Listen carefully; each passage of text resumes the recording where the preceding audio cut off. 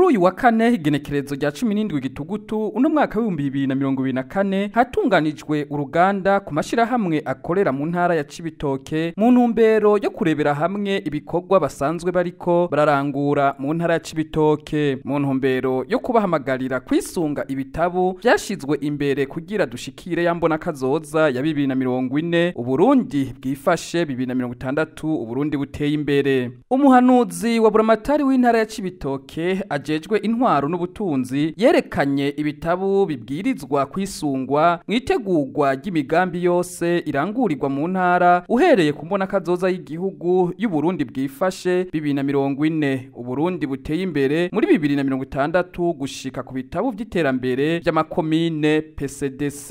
Ishirahamwe Enabel Burundi yerekanye imigambi bariko bararangura aho berekanye ibisata bitandukanye bashize imbere kugira bafashe. Muri ivyo bisata hakaba harimwo igisata c'indero, uburimyi, igisata c'amagara y'abantu n'ibindi bisata bitandukanye. Naho ishirahamwe Akoro Iprosaride mu mugambi waryo nkuriza nabo berekanye intumbero y'uwo mugambi ufatiye ku bana bafungura nabi. Uwo mugambi ukaba waje kugira ufashe imiryango kugira abana bafungure neza. Ishirahamwe Jeres naryo nyene yerekanye imigambi yaryo yashize imbere aho ifise umugambi witwa komeza wige hamwe n'umugambi witwa twiyunge. Nabo nyene berekanye ibikorwa bariko barangura mu makomine agize intara ya Cibitoke n'ayandi mashirahamwe atandukanye nka Avedeke, World Vision, Cardede n'ayandi mashirahamwe benshi bashoboye kwerekana ibikorwa bitandukanye bariko barangurira mu ntara ya Cibitoke. Umuhanuzi mu biro kwa buramatari w'intara ya Cibitoke ajejwe iterambere aratwiganira ibijanye niyo nama yatunganijwe. Basanzwe bafasha intara mu iterambere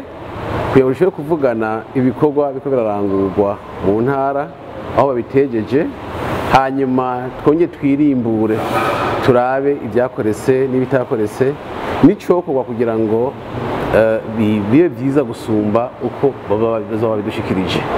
Ahaniya intumbero yariyo ikindi cyo kugira ngo abadusanzwe badufashe mu iterambere nabo nyine bongera bamenyane, kuko usanga umunsi afite ibyakora by'iwiwe atazinanye n'ubundi, ugasanga rimwe na rimwe bahurira ku mitumba cyo mu makomine bafite n'ibikorwa bigomba nko gusa bigace bigora nyine bagenzane babirangura.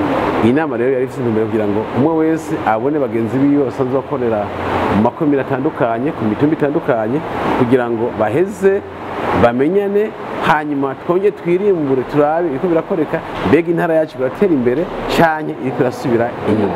Ngo hariho akarusho kanini kamaze kuboneka ufatiye ku mwimbu wo mu myaka iheze n'umwimbu uriko uraboneka muri kino gihe.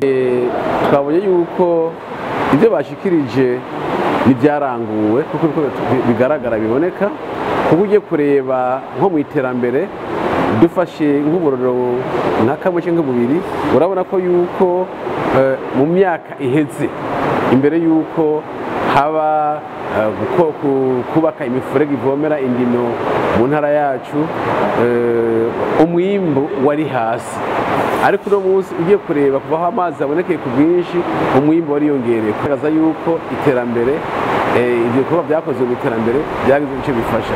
Ikindi cy'uko mugiye mabyumva abana dufise bakeneye amashure ni benshi, aho gace usanga rero habafashije mu kubaka ibirasi, ibyo bica bituma ca gitigiri cy'abana kirenze cyari mu mashure kigabanuka kuri iryo shure cyane kuri yo komine ibagirwa amahirwe ikaronka abafasha mu kubaka amashure.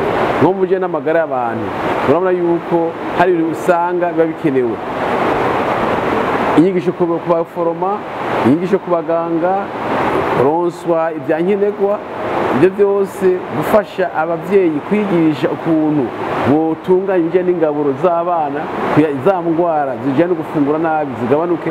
Twabonye yuko hariho abadufasha mu iterambere bakorera muri ibyo bisata, kandi yuko hari iterambere riko riragaragara, uretse ko ikibazo gihari ni uko badakorera ku mitumba yose igize intara, usanga bafite imitumba mike mike bakorera.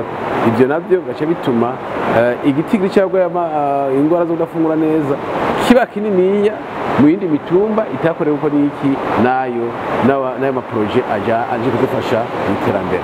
Aratera akamo abasanzwe bafasha mu iterambere mu ntara gukorera ku mitumba yose no mu makomine yose. Akamo twotera nuko twosaba abafasha mu iterambere mu ntara bo kwiyumvira gukorera ku mitumba yose, gukorera amakomine yose, n'atagendwa bakigora bakagenzane bakahashika kugira ngo nabo bandi bene igihugu bari kure n'abagenzene bashikirwe.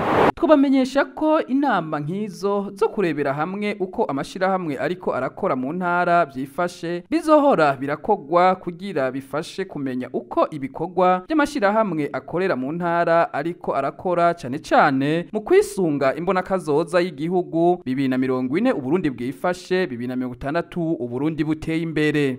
Ewe ijwi ry'ugwaruka ntawe utokumviriza Wavreb ijwi ry'ugwaruka FM.